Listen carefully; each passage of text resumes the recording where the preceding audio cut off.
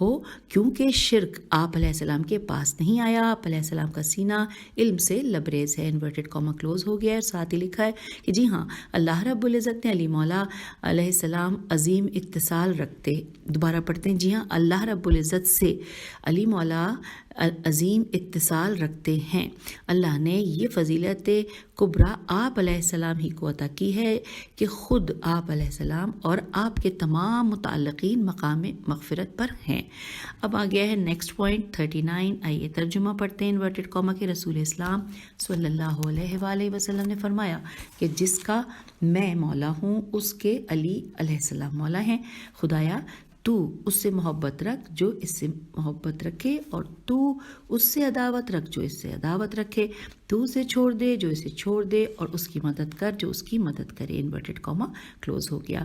پھر لکھا ہے کہ نبی کریم صلی اللہ علیہ وآلہ وسلم نے ان ملکوتی کلمات کے ساتھ اعلان کیا کہ جو نہ صرف امام علی علیہ السلام کے لیے کائنات میں جاری ہوئے ہیں۔ یوم غدیر، لاکھوں کا اجتماع، لسان وحی سے آواز گونجی، جسے مشرق و مغرب اور شمال و جنوب نے سنا، جس کی بازگشت قیامت تک باقی ہے۔ رسول اللہ صلی اللہ علیہ وآلہ وسلم نے فرمایا، میرے بعد حق کے خلافت و ولایت علی علیہ السلام ابن ابی طالب علیہ السلام کا ہے۔ امر مسلمین کے امیر صاحب غدیر ہیں۔ یوم غدیر وہ یوم خالد ہے جس نے اپنے دامن میں خلد بری کا پیغام تھام رکھا ہے۔ اسی دن نعمت کبریٰ کا اتمام و اکمال ہوا۔ اسی دن آیت اکمال دین نازل ہوئی۔ اور اس کے بعد ہم یہاں پہ جو آیت ہے اس کا ترجمہ پڑھنے کے لیے آ گئے ہیں پیج 402 پہ۔ انورٹڈ کاما کہ آج کے دن میں نے تم پر اپنی نعمت تمام کی اور تمہارے لیے دین اسلام کو پسند کیا۔ انورٹڈ کاما یہاں پر کلوز ہو گیا۔ اور اب ہم پوائنٹ نمبر 40 پڑھنے کے لیے آ گئے ہیں، جو کہ پیج 402 پہ ہم آ چکے ہیں۔ ترجمہ خاتم الانبیاء صلی اللہ علیہ وآلہ وسلم نے فرمایا، علی علیہ السلام اگر آپ علیہ السلام نہ ہوتے تو میرے بعد اہل ایمان کی تشخیص نہ ہو سکتی۔ انورٹڈ کاما کلوز ہو گیا۔ پھر لکھا ہے، امیر المومنین حضرت علی علیہ السلام ایمان کی کسوٹی ہیں۔ آپ علیہ السلام کی ذات سے مومن منافق کی پہچان ہوتی ہے۔ جو آپ سے محبت کرے وہ مومن، اور جو آپ علیہ السلام سے بغض رکھے وہ منافق ہے۔ حضرت عائشہ نے کیا خوب کہا ہے۔ اب یہاں پہ جو حضرت عائشہ نے کہا ہے وہ عربی کے 2 اشعار ہیں، ترجمہ پڑھتے ہیں۔ حوالہ ہے نور الابصار شبلنجی میں۔ انورٹڈ کاما ترجمہ کہ جب سونے کی ڈلی کو کسوٹی سے رگڑا جاتا ہے تو بغیر کسی شک کے ملاوٹ ظاہر ہو جاتی ہے۔ جی ہاں، آگے لکھا ہے، جی ہاں ہمارے درمیان ملاوٹ اور صاف و شفاف سونا موجود ہے۔ علی علیہ السلام کے ذریعے پتہ چل جاتا ہے کہ کون کھوٹا ہے اور کون کھرا ہے۔ انورٹڈ کاما یہاں پہ کلوز ہو گیا ہے۔ اور یہ حضرت عائشہ رضی اللہ نے جو کہا تھا اس کا ہم نے ترجمہ پڑھا، جس کا حوالہ نور الابصار شبلنجی میں ہے۔ اور اب نیکسٹ پڑھنے جا رہے ہیں پوائنٹ 41۔ لکھا ہے انورٹڈ کاما میں کہ حضرت امام علی علیہ السلام نے فرمایا، مجھے رسول اللہ صلی اللہ علیہ وآلہ وسلم کی طرف سے بطور میراث 2 کتابیں ملی ہیں۔ ان میں سے ایک کتاب اللہ اور دوسری جو میری تلوار کی میان ہے۔ پوچھا، امیر المومنین علیہ السلام وہ کتاب جو آپ علیہ السلام کی تلوار کے درمیان میں ہے وہ کیا ہے؟ تو آپ علیہ السلام نے فرمایا کہ جس نے کسی کو بے گناہ قتل کیا یا کسی نے کسی کو بے گناہ ضرب لگائی تو اس پر اللہ رب العزت کی لعنت ہے۔ انورٹڈ کاما یہاں پر کلوز ہو گیا اور ہم پیج 403 پر آ گئے ہیں۔ پھر لکھا ہے ساتھ ہی کہ یہ ایک ایسی حقیقت ہے کہ جس سے انکار ناممکن ہے کہ رسول اسلام صلی اللہ علیہ وآلہ وسلم کی تمام صفات و خصائل کے وارث حضرت علی علیہ السلام تھے۔ ابھی جس صفت کا بیان ہے یہ انہی صفات کی جز ہے۔ اور اب پڑھتے ہیں 42 پر نمبر پہ انورٹڈ کاما۔ حضرت علی علیہ السلام سے روایت ہے کہ ایک دن رسول اسلام صلی اللہ علیہ وآلہ وسلم نے مجھ سے فرمایا، اے علی تمہیں وہ 3 صفات ملی ہیں جو مجھے نہیں ملی۔ میں نے عرض کیا، میرے والدین آپ پر قربان ہو جائیں یا رسول اللہ صلی اللہ علیہ وآلہ وسلم، وہ کون سی صفات ہے جو مجھے عطا ہوئی ہیں؟ آپ نے فرمایا، میں محمد صلی صلی اللہ علیہ وآلہ وسلم جیسا سسر تمہیں ملا وہ مجھے نہیں ملا، فاطمہ سلام اللہ علیہ جیسی زوجہ تمہیں ملی مجھے ایسی زوجہ نہیں ملی، حسن و حسین علیہ السلام جیسے فرزند تمہیں ملے مجھے نہیں ملے، انورٹڈ کاما کلوز۔ لکھا ہے جی ہاں یہ فرزند حضرت ابو طالب علیہ السلام کا خاصہ ہے جس کی وجہ سے آپ علیہ السلام دنیا انسانیت میں ممتاز نظر آتے ہیں۔ اب 43 نمبر پہ حدیث ہے، اس کو پڑھتے ہوئے ہم پیج 404 پہ آ گئے ہیں۔ انورٹڈ کاما، ایک دن سرتاج انبیاء محمد مصطفیٰ صلی اللہ علیہ وآلہ وسلم نے اپنے اصحاب کی نورانی مجلس میں دوران خطاب فرمایا کہ عرصہ محشر میں ہمارے علاوہ کوئی سواری پر سوار نہیں ہوگا، باقی سب پیدل ہوں گے، وہ سوار ہم 4 ہیں۔ اس دوران ایک انصاری صحابی کھڑا ہو گیا اور اس نے عرض کیا وہ سوار کون ہے؟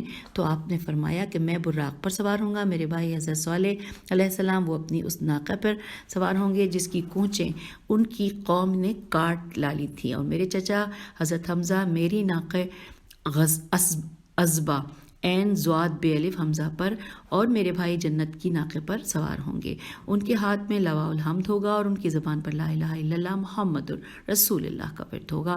لوگ حیرت میں آ کر ایک دوسرے سے پوچھیں گے کہ کیا یہ ملک مقرب یا نبی مرسل یا حامل عرش ہیں؟ تو انہیں عرش کی طرف سے ایک فرشتہ جواب دے گا کہ اے لوگوں، نہ تو یہ ملک مقرب ہے، نہ نبی مرسل ہیں اور نہ حامل عرش ہیں، یہ علی علیہ السلام ابن ابی طالب علیہ السلام ہے۔ انورٹڈ کاما یہاں پہ کلوز ہو گیا، اور پھر لکھا ہے قیامت کے دن اللہ تعالیٰ اپنی وحی سے حضرت علی علیہ السلام کا مقام و مرتبہ ظاہر کرے گا، کیونکہ رب کریم کی بارگاہ ربوبیت میں فرزند ابو طالب کا بہت بڑا مقام ہے۔ اس دن تمام ملائکہ، تمام انبیاء اور تمام اولیاء پر حیدر کرار علیہ السلام کی فضیلت آشکار ہوگی۔ اور اب پیج 405 پر 44 نمبر کی حدیث پڑھ کے ہم اجازت چاہیں گے اس نشست سے۔ انورٹڈ کاما، حضرت علی علیہ السلام نے فرمایا بوقت موت میرا محب اور میرا دشمن مجھے دیکھتا ہے، میں اپنے محب کو محبت سے اور اپنے دشمن کو نفرت سے دیکھتا ہوں۔ انورٹڈ کاما یہاں کلوز ہو گیا، اور بس آخری 4 لائنیں کہ جی ہاں ایسی بہت سی حدیث موجود ہیں کہ جب کسی کی موت واقع ہوتی ہے تو وہ امام علیہ السلام کو دیکھتا ہے، چاہے وہ آپ علیہ السلام کا دوست ہے یا دشمن۔ جب ملک الموت آپ علیہ السلام کے محب کی روح قبض کرتا ہے تو آپ علیہ السلام اسے کہتے ہیں کہ اس کے ساتھ محبت سے پیش آ، اور جب وہ آپ علیہ السلام کے دشمن کی روح قبض کرتا ہے تو آپ فرماتے ہیں کہ اس پر سختی کر۔ تو یوں ہمارا یہ جو ہم پڑھ رہے تھے آج کی نشست کو ہم یہاں پہ روک دیتے ہیں، اس سے آگے چلیں گے۔ ٹھیک ہے جی، خدا حافظ، فی امان اللہ۔